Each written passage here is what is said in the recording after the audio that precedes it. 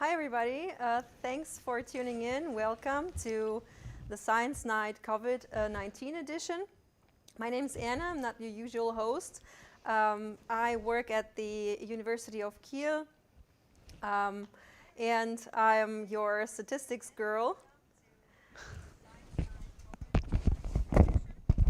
Yes, we have some technical problems, of course. Basically, I advise people who do research with data, if that's not their usual field, how to present your data in a meaningful way. So if you have troubles with your p-values, I'm your gal.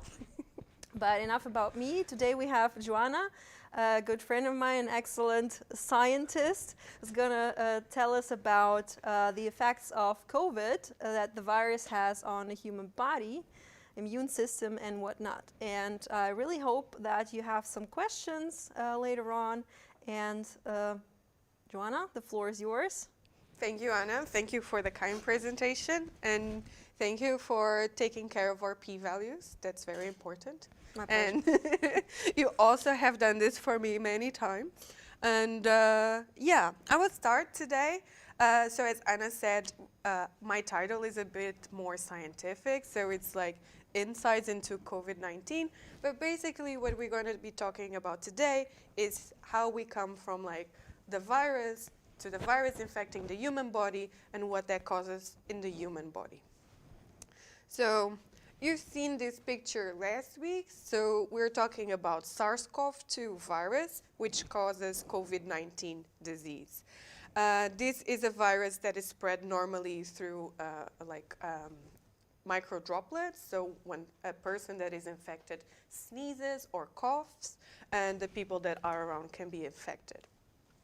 So this table on the right side has changed a lot since last week. If you remember, it did not look as bad as it is. So just to keep in mind, if you are in Germany, we think there's a third wave coming. So keep using your mask, keep your distance, and also try not to be in crowded, closed spaces. So this is very important. I hope next week we can present the same graph and it's going down. But going forward, so Florian kindly out the symptoms, what the disease causes in humans. So of course, very mild symptoms include like coughing, fever, shortness of breath, and then you have the very severe symptoms, which the people go and have to go to the hospital for, where they have to have, like for example, oxygen given to them, and also this very kind of in a way, amazing machine that is ECMO, where you can have artificial heart and lung function in the very severe patients. We're also going to kind of refer back to the problems that we talked about last week. That is like the lungs have kind of this pneumonia and infiltration. So there's a lot of things going on at the level of lungs that make people really sick. And in the end, they can indeed die. So, just a quick go through the presentation. First, I will talk about the virus itself, and then I'm going to talk about how the virus enters into the human cells, and then what the human cells do after they have this kind of signaling that something bad is invading our space. And this is called the immune response. So we're also going to put, remember those cassettes that you had in like school about all the immune system? We're going to refer back to that a lot. So just stay tuned. But first, we're going to talk a little bit about this virus. So again, the name is SARS-CoV-2. It's a single-strand RNA virus. If you're here, I think it was the first science night that we had. We talk about the differences of RNA and DNA. So DNA is what we all have inside the cells, inside the nucleus. Is kind of like this double-stranded structure where the codes to make a human is kind of storage. So this virus does not have this double helix. It has a single strand of RNA molecule. And this is inside the envelope and outside. You've seen this picture a lot. So inside this ball, fluffy ball, you have the RNA, so the code for the virus, and outside you have these receptors anchored that are called protein S. So this receptors that are going to be important, and I'm going to explain a little bit more about them because this is how the virus gets inside the human cells, is based on this kind of red structures that are in the outside of the virus. So we know that this virus has sorry, this is a hard word. Zoonotic origins. What does this mean? This means that the most likely source of like crossover event. This means like a virus that is that normally is infecting a certain animal actually jumps and infects another animal, in this case humans. So the most likely correlation of SARS-CoV-2 is to bats. I think everybody has heard about this. And we know this not by direct assessment. So we know this because indeed the RNA strand, so the code of the virus, the most similar code to it is coming from a virus that we see in bats and also in these pangolin animals. So there's no direct assessment how the virus like came to be infecting humans, but we know that most likely is that it comes from the bats because of the similarity. So what is the most likely event to have occurred? So now we know, and if you tune into the news, you know there are these variants of SARS-CoV-2. One asks, like, what are variants? Actually, it's a little bit complex. So variants of a virus is normally a new variant means that from the old virus, there is kind of mutation occurring in a specific protein that changes the virus. A lot of these variants that you've seen described on the news are mutations, so changes in the code that happen in the protein S. And this protein S is indeed the protein that makes these receptors outside the virus. So these mutations can do two things, more or less. They can increase the infectivity of the virus, or they can decrease. So if you say that this variant is more, so creates more infections, this is what is happening. So there is a mutation in this specific protein that is creating a virus that is, in the end of the day, more virulent and is easier to spread between humans. And the last thing I want you to know about the virus is that this virus has a very specific way to enter into the human cells. This virus uses a receptor that you find in some human cells that is called ACE2. So this protein S's, so those red things in the previous image, kind of have to get in contact with the receptor that is called ACE2. Also, there is a TM protein that is necessary. Why do we talk about ACE2? So ACE2 is a receptor that is specific to kind of pulmonary epithelium, meaning the cells that have this receptor are normally in the lungs. So what happens is the virus enters into your body, into your lungs, and these are the cells where the virus is going to try to enter first, the cells that have this ACE2 receptor. It connects with it together with a TM protein, and this is kind of like how the virus comes from outside the cell to the inside the cell, so it creates kind of a tunnel, and then that's where it starts to be infective and to create an infection. So again, ACE2 is not really kind of a widespread receptor, so it's not very common to have cells in the human body that have this. For example, it's very difficult to find in the cells that, so the white cells that you have going through your blood, and indeed you cannot find viral particles, or we have not been able to find the virus in the cells within your bloodstream. for example. So it's kind of like a very specific thing to the lung. So lungs are most affected. Okay, so I just want you to take you like in a journey of what is happening once you get an infection. So we talk about how the virus enters into the cell. So it needs these two proteins to enter into the cell. The first thing that the virus does when it enters into this like lung cells and lung epithelium, the first thing that it does is replicate. And replicate basically means that it tries to reproduce itself. Viruses are very simple entities. So they do not have, most of them do not have the ability to replicate. So what they do is that they use the human cells and the human kind of mechanisms and machinery to replicate. So that's why the virus kind of is infecting you, is because it just wants to make more copies of itself. It wants to reproduce. And for that, it needs to use inside your cells. So they do this replication, and then there is a maturation step of the virus, create the membrane and so on, and then is released again. And it just tries to do this as many times as possible to release as much virus as it can. This is the part of the virus. That's what the virus is actually doing. The thing is, the human cells are doing something very different than this. So the human cells are trying to respond to what the virus is doing. So because it's using the cell machinery and so on and so forth, the cell cannot, so it's not viable anymore. It has this infection.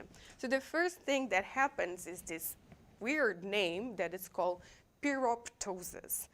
Pyroptosis is kind of a signaling that a cell says, I am infected, I need to die. So it kind of is a cell death that is created by the infection of the virus, and the cell death is kind of the cell kind of saying like, I'm gonna die, so other cells do not be infected around me. And not only this happens, but this cell is also sending a lot of infection signaling, so it's also saying like to the surrounding cells like, I have been infected, there's something weird going on, please be alert. This is kind of what the human cell is doing. And the neighboring cells are recognizing these signals. And these signals come in different forms, and we're going to talk a little bit about them. But the signal in the end is kind of a flag that is telling the immune system we need to do something about this infection. So yeah, this is where I'm going to ask you kindly to put the immune system that you learn in school cassette on. So you learn about some of these cells. You learn that there is such thing as the immune system. The immune system has organs that create the immune cells. Sorry. And these immune cells are actually what is kind of defending your organism against an infection. So I'm pretty sure you know some of these immune cells. You know macrophages, for example. So these macrophages have a weird name, but these are the cells that kind of phagocytoses. And so they engulf the bacteria or whatever debris is on. So you also have some other cells on the part of innate immune system. This is like the first response that majority of organisms have. So insects also have this type of response, which is like engulfment and kind of quick response to a potential infection. Then you have the adaptive immune system, and this adaptive immune system is normally composed of B cells and T cells, and these are cells that, when we say adaptive, meaning that you learn and they change throughout your lifetime. And this is like, so they make these antibodies, and these antibodies are basically made depending on all the infections that your body has previously had. For example, if it stays in this memory-like state that the B cells and T cells have. So once you put them like this, it's like, oh, that's kind of looks very simple. So you have cells that defend the body. Some of them just go and fight for their honor, and the other cells are like a little bit more subdued and like really try to like kill the infection with a very specific signal.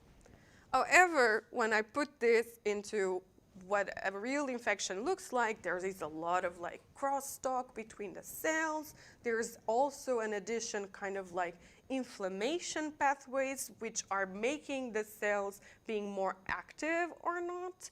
So it's quite complicated. So I just want to talk about very simply what is happening into the cell. There's more happening, and these are just broad terms for your specialists up there at home, but this is mainly what is going on.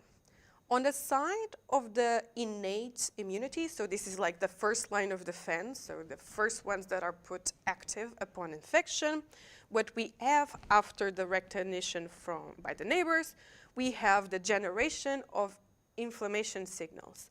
And this can be a bunch of different proteins that are just like being sent out from the cell, chemokines, cytokines, all these kinds, and they are just kind of like messengers that attract the immune cells to the problematic cell, so to the cell that is being infected, in this case, in the lung.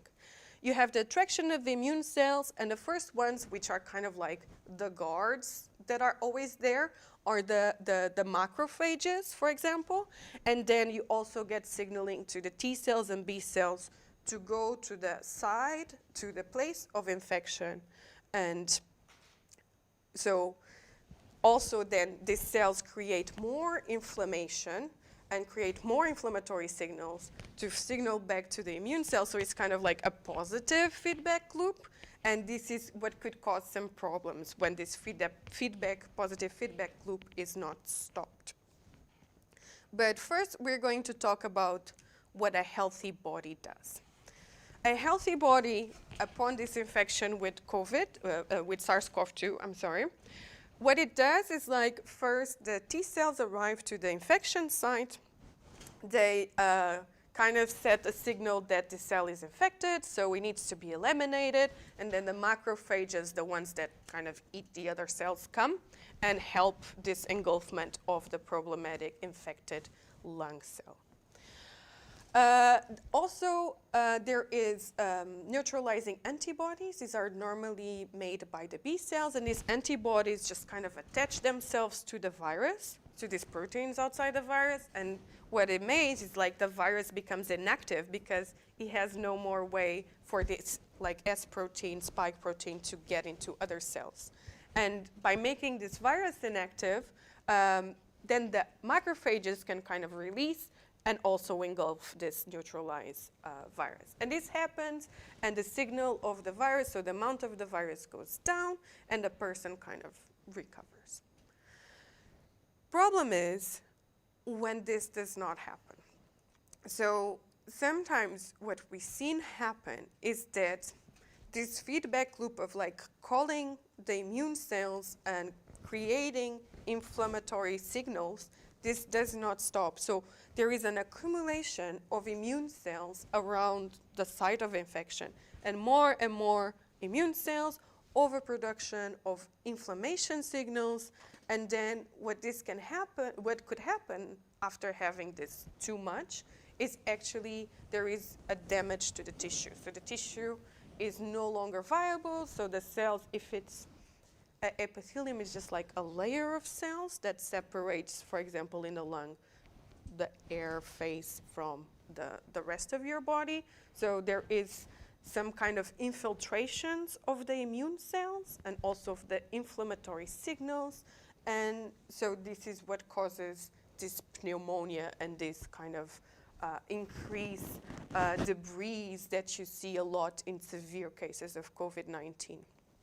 So this damage to the tissue not only is bad because it really makes it hard to breathe if it's too much, it can also kind of release and go to other organs and create this multi-organ failure. So this can make inflammation not only in the lung but on the rest of the body, because it's kind of like this signal does not stop.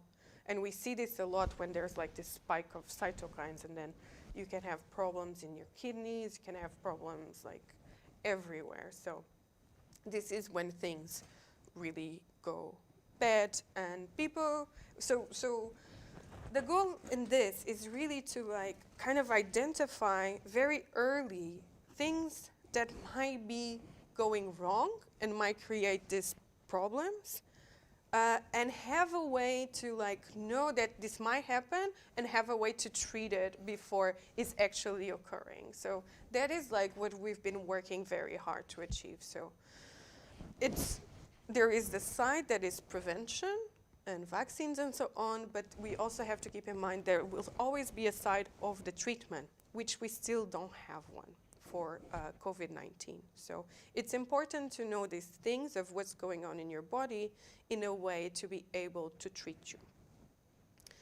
So yeah, after this kind of heavy ending, I also kind of want to like give a shout out of what we have learned so far here in Kiel with scientists from Kiel, and specifically in the cases of the cell types and what is going on upon a SARS-CoV-2 infection. So this is kind of like a little bit self-indulging because this is the paper that me and my colleagues have published, but what we learned from this paper by kind of analyzing thousands and thousands of cells from different patients that were going to different phases of the disease. We know now that in severe cases, one thing to take into account, and that could be very useful to predict that something is going to go bad, is actually when you detect an increased metabolic, so the cells are very, very active, and the special cells that are called plasma B cells, and these are kind of also creating an increased inflammatory signaling that can be problematic if it continues. Another thing that we detect is that there is an increase in the number of cell precursors, and this is, again, in very severe cases. When I say cell precursors, basically I'm referring to the cells that make all the immune cells. So these are also something to take into account, because if you have a lot of cell precursors, you know that down the line you're going to end up with a lot of immune cells, and that can be problematic. And the last thing that we've learned is also there is an increase in the megakaryocytes in the very sick patients. We already hinted a little bit on this last time. And this is something, so megakaryocytes are not necessarily like immune cells. Megakaryocytes are the cells that make platelets. And platelets is like, it's kind of also a cell that is in your bloodstream, is what makes like crusts. These are the platelets. And so these are also something that if you have too many platelets, too many megakaryocytes, and these megakaryocytes are also having an inflammatory signal on top of that, what can happen is like you end up with this thrombosis, so that might be behind the thrombotic events that we see a lot in very severe patients. So you can see here on the right side, this is like, so gray is the healthy patients, and then the colors is kind of a disease trajectory, and like purple is very, very sick patients, and you can see that there is like a spike.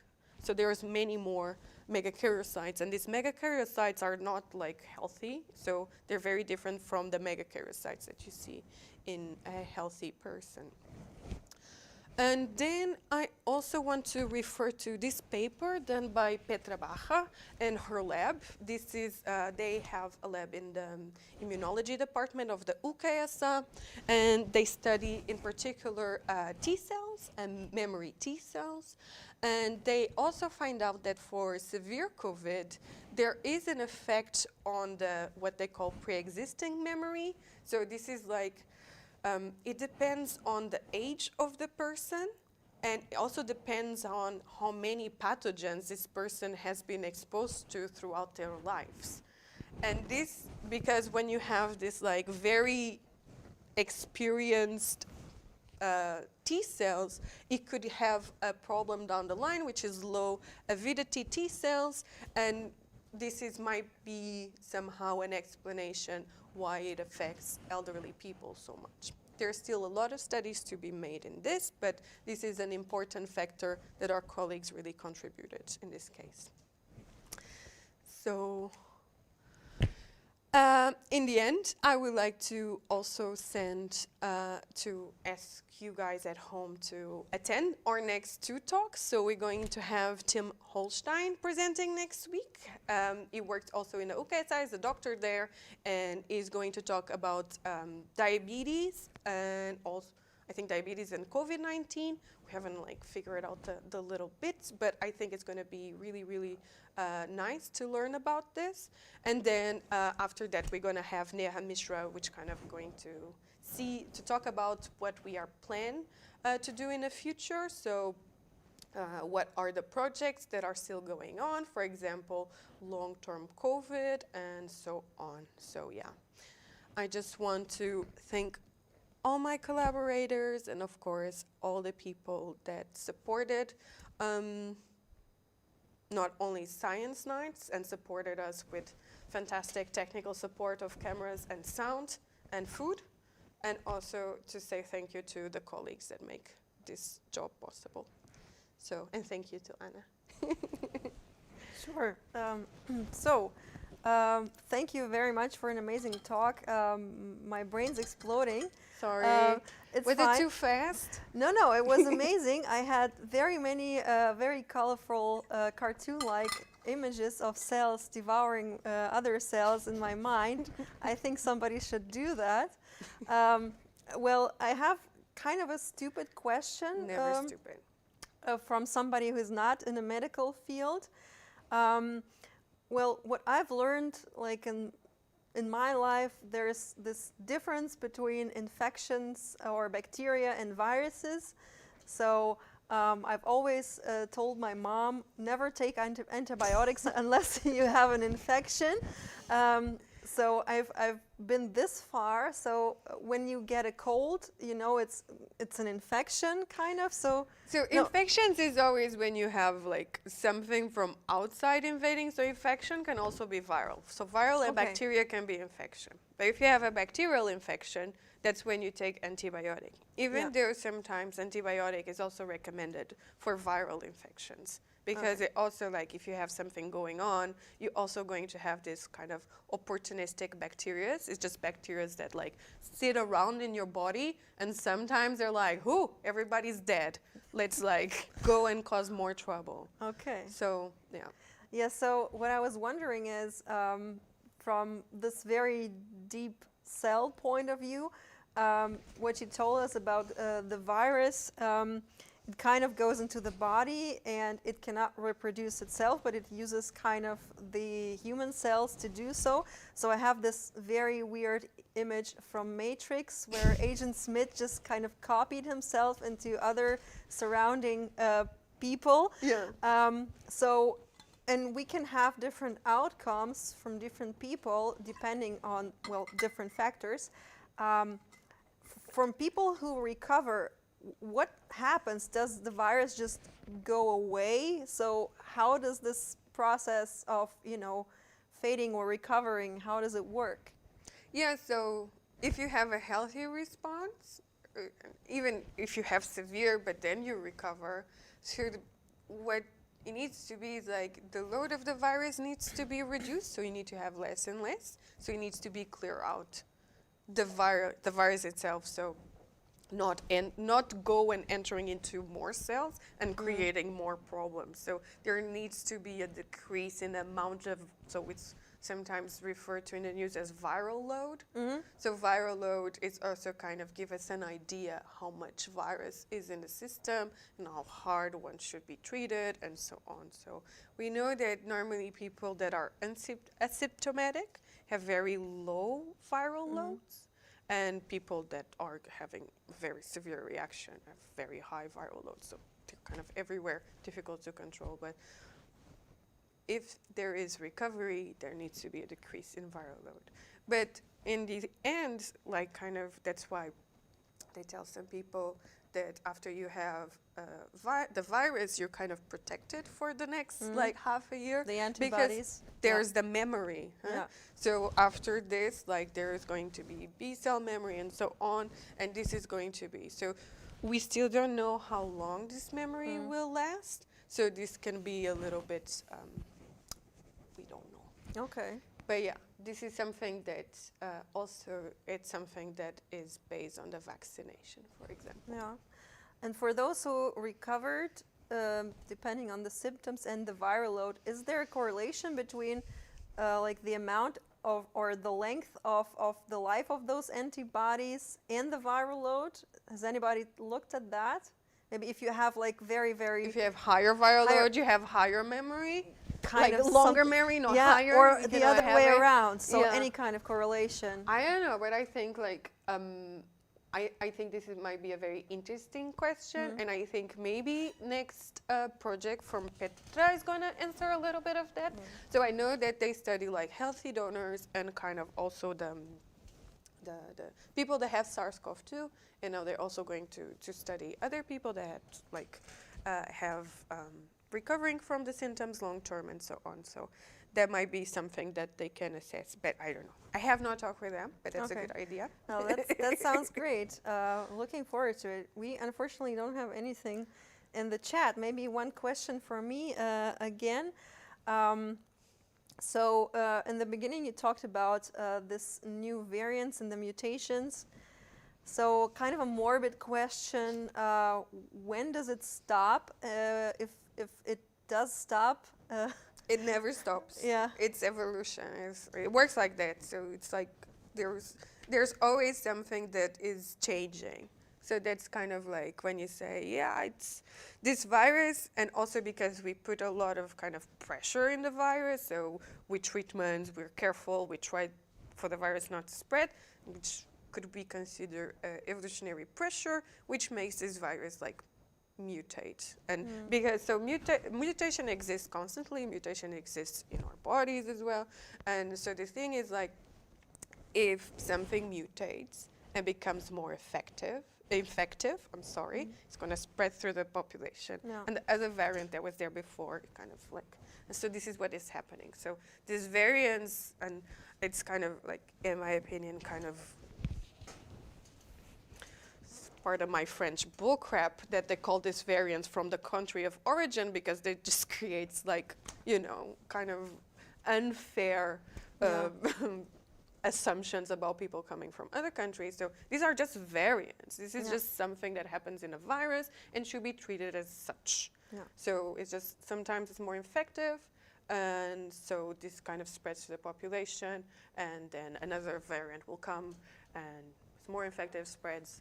And it's not only infectivity that is always increasing, because infectivity, like in kind of with I have an evolutionary background, as you know, so infectivity, this increase of the virus spread can also have an effect on the virus itself and its fitness. So it's not only going up, it's changing throughout time. Infectivity, selection. So. And this is just pressure creating by us and also natural occurrences. So basically, that could have happened anywhere at any time, and we shouldn't blame other countries and other people for doing something. Yeah, that's just not nice to do. Yeah. Okay. I remember I had so many more questions, but I think I forgot all of them now. So any questions from the extensive audience?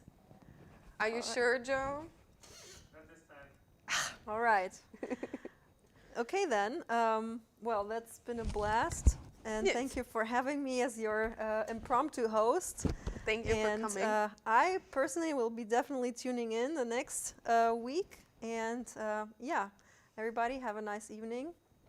Thanks for checking in. Tschüss. Tschüss.